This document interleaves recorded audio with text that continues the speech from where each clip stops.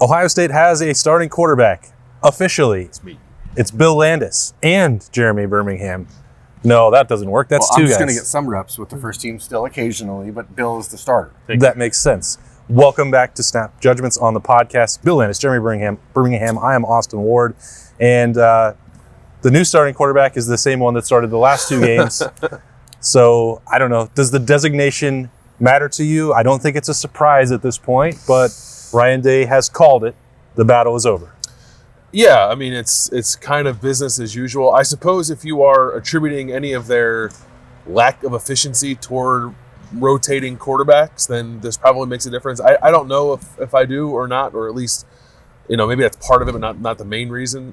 But it gives them a better chance, I think, of playing their best football, or the best football they played up to this point this week, and then hopefully going into South Bend firing on all cylinders. So it makes sense. Is there any famous athlete / sports entertainment figure that ever said that it was important for people to know their role?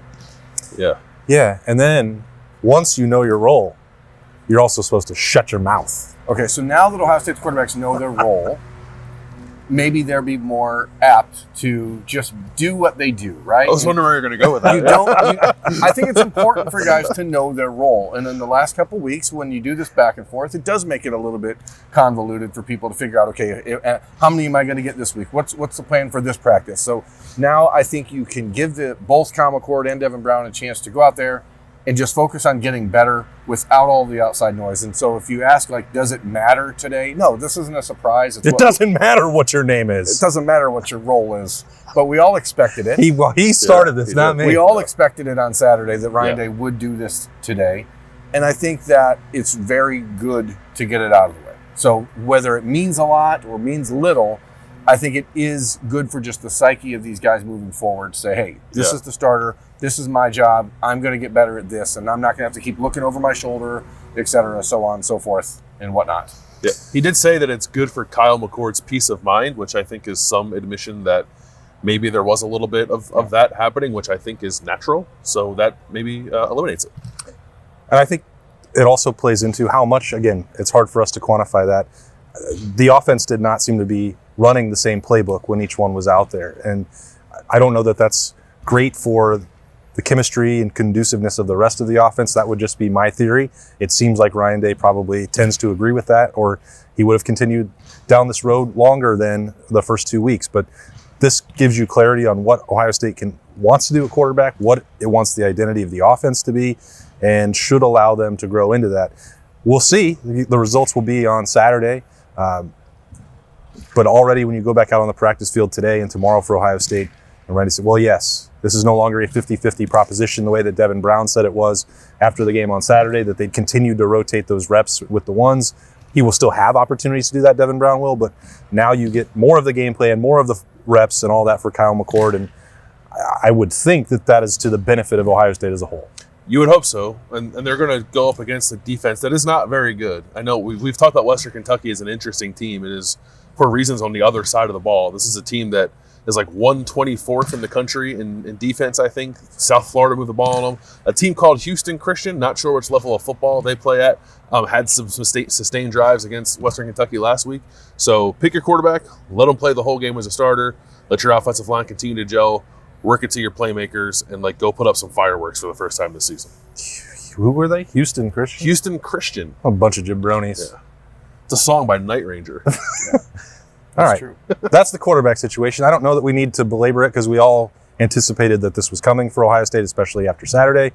Ryan Day, if you were reading between the lines, basically made that clear on Saturday, but he wanted to be able to have a conversation with Kyle McCord and Devin Brown about that before talking about it publicly, which has now been done on all bases. So what else did Ryan Day say that had your attention? Berm.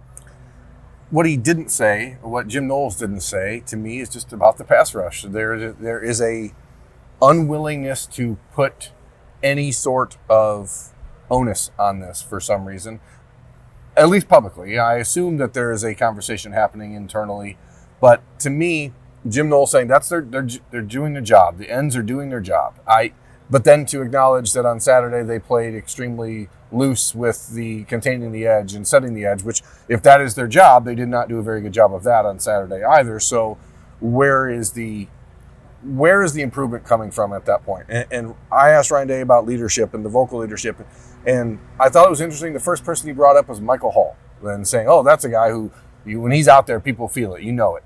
But as we said on the rewatch on Monday, when Michael Hall and Caden Curry are on the defensive line, there's a different vibe, a different buzz to it, and so I agree. You can see it, you can feel it, but why are you not making sure then that those guys are out there? And if they're the ones being more productive, if they're the ones being more energetic, maybe they should play more. Yeah, I don't necessarily disagree with that. Of course, we're not talking rotation. It's not the big deal. I'm just saying, like, something has to give. I don't think the defensive line has played poorly. Like, against the run, I think they've been stout. They have not been disruptive, I suppose. But like, teams aren't really like pushing them off the line and moving the ball. So like that's a good thing. You don't want to see that happen. I just want to see them be more disruptive, I think. And how is that going to manifest? Like, I tried to ask Jim Knowles about that. And Ryan Day was also asked about it. And Ryan Day sort of said, like, wait and see until this weekend because Western Kentucky is going to throw the ball a lot. And Jim Knowles, I think, was probably thinking similarly, but he also said, like, he doesn't want to have to supplement the rush as much as maybe he did at the beginning of last year, and certainly as much as he did at Oklahoma State to make sure those plays are happening. I think he wants to rely on the talent of his defensive line for some of that to happen, which is great if they can do it, but I don't know that we've seen a lot of proof that they can, which is a little puzzling. I just don't buy it. I mean, Youngstown State was not throwing the ball in 2 seconds. They were not dropping back and throwing it on their third step. Like, it was a setting up and throwing the ball. They threw it 26 times or 24 times. Like, there's plenty of opportunity there to show you can get to the quarterback against an FCS offensive line. And it was not a quick passing offense. So I just don't buy it. You have 4 guys up front, get to the quarterback. Like, I get his point saying he doesn't want to send the linebackers and do all the other stuff, but then those guys have to get home and they're not. Yeah. I think, again, it was something that wasn't necessarily said. I'd have to go back and check. I think that the pause after my question to Jim Knowles lasted about 5 seconds, which was, did you have to blitz more than you anticipated on Saturday? And I don't think he wanted to truthfully answer that question. And I think that goes back to what Berm is saying. Like, nobody wants to. I hope that they're talking about a lot in this meeting room that's back over there behind the camera, but they're not talking about solutions. And I think it's also fair to say you shouldn't be publicly issuing blame. Like, I'm not asking them to do that, but they're not, I don't think, giving honest evaluations about how they feel about the defensive line. You can say, and Bill, you're right, there are positives. They're not getting gashed over and over by the run. I don't, somebody asked the other day about if this team was tough enough. Like, I don't have doubts about if they're tough enough to win these games in the trenches. Certainly what we've seen from getting to the passer doesn't match up with what we saw in the few open practices in training camp or the 5 throughout spring. Some of that can be maybe attributed to Ohio State's offensive line. I think that would be a fair assessment too. But if you're having to bring 5, 6, and 7 guys in these circumstances against Youngstown State, that says more than any words Jim Knowles could say. Like, clearly they don't think they can get the pressure with 4 that they need. Yeah, I mean, he blitzed like half the time against Youngstown State, which I'd imagine is a higher number than he anticipated. A sort of an addendum to that is, like, they're not getting home either. They're creating, like, a lot of one-on-ones. One play that I highlighted when I was doing the rewatch at Rivals, like, they had a play where they rushed 5 against 6 blockers. One guy got double-teamed, so there were still 4 one-on-ones there, and nobody won, including Tommy Eichenberg, who was up against the linebacker. So, like, it's not just the defensive line, but something is amiss with this group. I don't know if that is, and I don't mean it, like, amiss in the way that, like, they're not going to accomplish their goals this year, just amiss in a way that maybe we have to do a recalibration of what the expectations are. They could just be a defense that's very good at keeping stuff in front of them and avoiding explosive plays without creating a lot of disruption, which is a perfectly fine way to operate.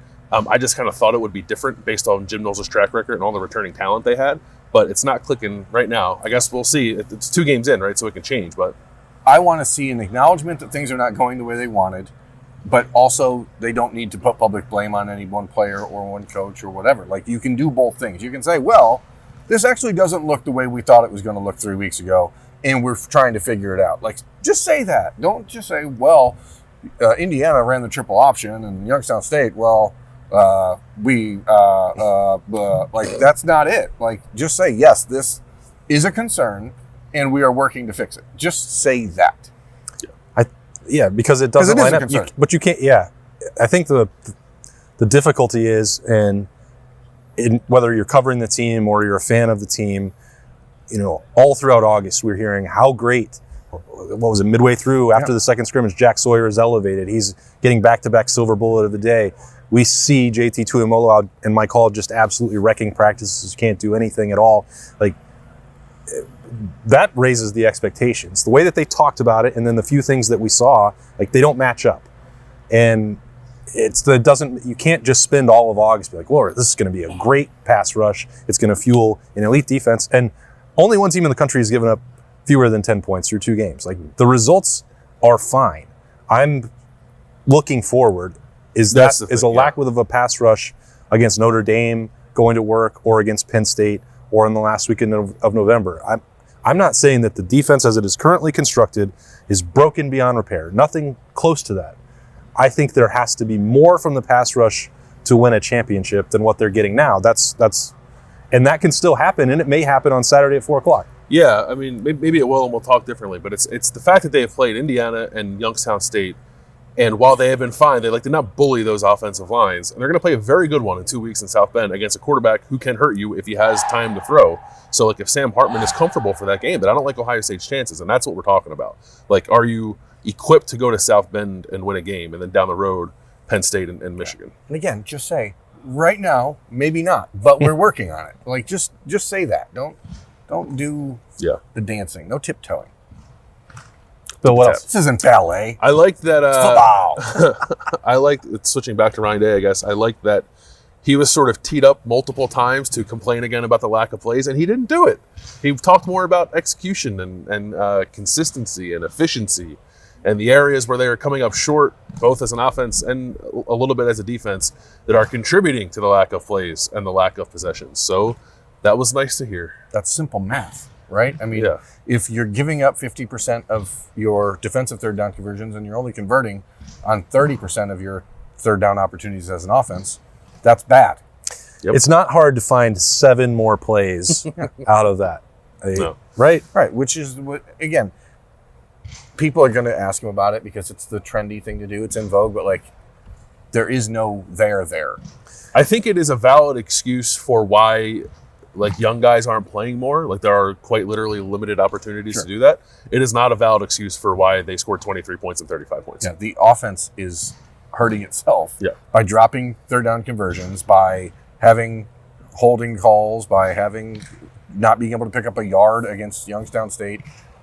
That's more important than, the other thing. I think both of those things can be true, that the new rule stinks and you're getting fewer football plays in the same amount of time during the broadcast, and you're standing on the sideline with, nothing to do but twiddle your thumbs it for felt these like long a lot breaks. of commercials on Saturday. So that's true. The rule is bad, and I wish it would go away. I don't like it, and I think it's bad from my experience in the stadium, and for anyone who's watching at home, you can tell me if I'm wrong. I don't know, if you love commercials, maybe it's great for you. BK, I think you can have it your way, I'm told. You rule. On the other hand, it's not the cause for some of these other things. The rule stinks. We don't like it. It's an adjustment. Now let's deep dive. Do you think that all of these breaks in the play did the King pay for them? Yeah, of course he did. Actively causing the offense to be less, smooth? And I do think they are consumed by it, and it is affecting their efficiency. It's eating their souls. Stop worrying about it. Yeah. They had their video that they put out after the game. They're doing these cool recaps on the team Twitter account. And Jack Sawyer's well, there's fewer plays. We got to be more on point. Stop thinking about it. Just go play. Every team is playing with the same rules. Yeah. Plenty of teams are scoring a lot of points. Get them off the field, and then you get just more go play football, man. Stop worrying about it. I think Ryan Day. I think it's a trickle down effect from Ryan Day. Sometimes he gets really hooked on these things that I just think don't matter, and then it makes everybody play tight. I think he quite like a tiger. That's right. I think he thought my question about Travion's carries was also about the clock, which I didn't mean it that way. Which is he kind of he didn't want to say there's fewer touches to go around, which I get. That wasn't what I was getting at. I don't know that it makes sense for your starting running back to leave a game with 5 rushing There are attempts. fewer touches to go around, but 3 other guys had more carries in the game than Travion Henderson, including Devin Brown. That's part of it. I mean, and I think that Chip Trayanum has to play a more continued important role for Ohio State. So I'm not taking exception to that. And Mayan Williams is still a good running back. So 5, 6, and 6, I get it if they want to spread the workload around against a team like Youngstown State. But again, it still wasn't even that the score was out of hand by Ohio State standards. So like maybe the most effective rusher and your starter deserve to keep going. I don't know. That, out of all the things to talk about on Saturday, it's probably low on the pecking order. So maybe it's a good thing that Ryan Day didn't want to talk all that much about it. But I do think it's interesting and something to watch because, you know, you picked 50 sacks over here, and you picked Travion to run for 2,000 yards, and like, I don't know how that's going to happen for both of these things. Well, we're going to lose. It's not. Here, I have a question, Bill, because we didn't talk about anything before the press conference today. But am I crazy for thinking that you could take Tommy Eichenberg off the field and known passing downs and put Sonny Styles at the mic next to Steel Chambers and still be able to keep Jordan Hancock in the slot and still be like, wouldn't? No. Or take Steele off the field and keep Tommy out there. Like I got one, yeah. I think Steele's a better guy in coverage than Tommy. So like, why not just? Tommy's also their best blitzer, I guess. Yeah, I mean, we don't know that. We don't know that about Sonny though. Like, I give him a shot. Like, I don't care. Yeah, I don't, or take a lineman off the field and play like Sonny as like a stand-up edge rusher or something. I was just thinking about it today. I'm like, why not just try this? And again, as I said in the presser, like. Maybe I play too many football video games or something where you just take your best athlete and you put him in whatever position you want. But they're already kind of doing that with Sonny, so... I'm in favor of anything that keeps him on the field at all times. So. It seems like the free safety role is where that should occur. More than linebacker to me. Well, yeah, because there's not any other natural free safety on this team, and we don't know if that's Sonny either, but we don't know that it's not Sonny. Mm-hmm. Right? Yeah. Right. Okay, thanks, guys. Right. I'm going to chime in there. Right. Well, I'm just trying to think about your proposal. Very congruent. I'm just trying to think through the logistics of it because, like, it isn't a video game. But this is all a simulation if you think about it. Wow. Because I don't know where the fit is. We're talking about Josh Proctor, and if he's back and healthy, like, is Josh Proctor safe enough to play at free safety? I don't know. We're going to find out. We're going to find out on Saturday. I just don't know. And we've seen Lathan Ransom over there, and he's not particularly safe enough to play free safety. So who's the guy that can make plays back there that you say, I don't know. I don't think taking Sonny off the field to put on Jordan Hancock to me does not make sense because I don't think that there's a noticeable difference in their abilities when you, even as a true corner, I think Sonny is so freaky that he could do that against most teams that Ohio State will play against. You're not maybe not against Michigan or someone like that has a really good athletic, slot receiver, but they're not going to play a lot of those. So they're going to play one this week with Malachi Corley. Well, there you go. See, just let Sonny do the things. I mean, we can see if Sonny can cover Malachi Corley. My guess is the answer is no. But smother him. Maybe it's legal. It's legal now. I think it's also a reminder that version of Josh Proctor that Ohio State saw in the first half against Indiana is a lot more important than maybe we thought he was going to be coming into the season. But that's in run support. Not necessarily. He's been fine in deep pass coverage. He's just dropped a lot of interceptions. He's been in position to make them. I mean, I guess I'm just worried about him speeding Gonzalez past a receiver who's in motion. Okay, well, valid concern. You've seen it before? Trevor Lawrence running through my head, yeah. Well, those were the cleats, oh my God, Bill. that was so long ago. They're on a slippery field. Yeah, that's what it was. That was so long ago. Yeah. Slippery field in Glendale. Yeah. Okay, well, I guess that's what we learned today? Maybe? I don't know. It seems like we're just spitballing some snappy J's. I think so much of this right now is about just building for next week. And I think that it's natural for us to look to Notre Dame and for media to say, are you ready for this? But, like, the WICU is coming. The WICU is coming. The Hilltoppers. And they are going to be a fun team to watch at Ohio State. The implied score, by the way, of this game is like 48-16 or something like that. So Vegas is not expecting a particularly close game. I'm not expecting close. For as interesting as we're making Western Kentucky they're going to be they're going to stress the Ohio State defense a little bit differently than they have been, I think. Yeah, that's for sure. Yeah. Well, I mean, if you're going to get on the mic and bring the rock into it when you start a snap judgments, like, you have to hype the fight. Like, it's a promo because they're trying to pick a quarterback so they can check the Big Red directly into the SmackDown Hotel on Saturday at 4 o'clock. That's right. Okay. You've gone too far. You started this. Yeah, mine was a nice casual reference. No, it wasn't. You've turned this into some hardcore nerd fever. Promo. Yeah, it's hardcore nerd fever dream. I love it. Whatever. It's been Snappy Jays, brought to you by The Rock, Bill Landis, Jeremy Birmingham, and I'm Austin Ward. Thanks for joining us. We will talk to you later.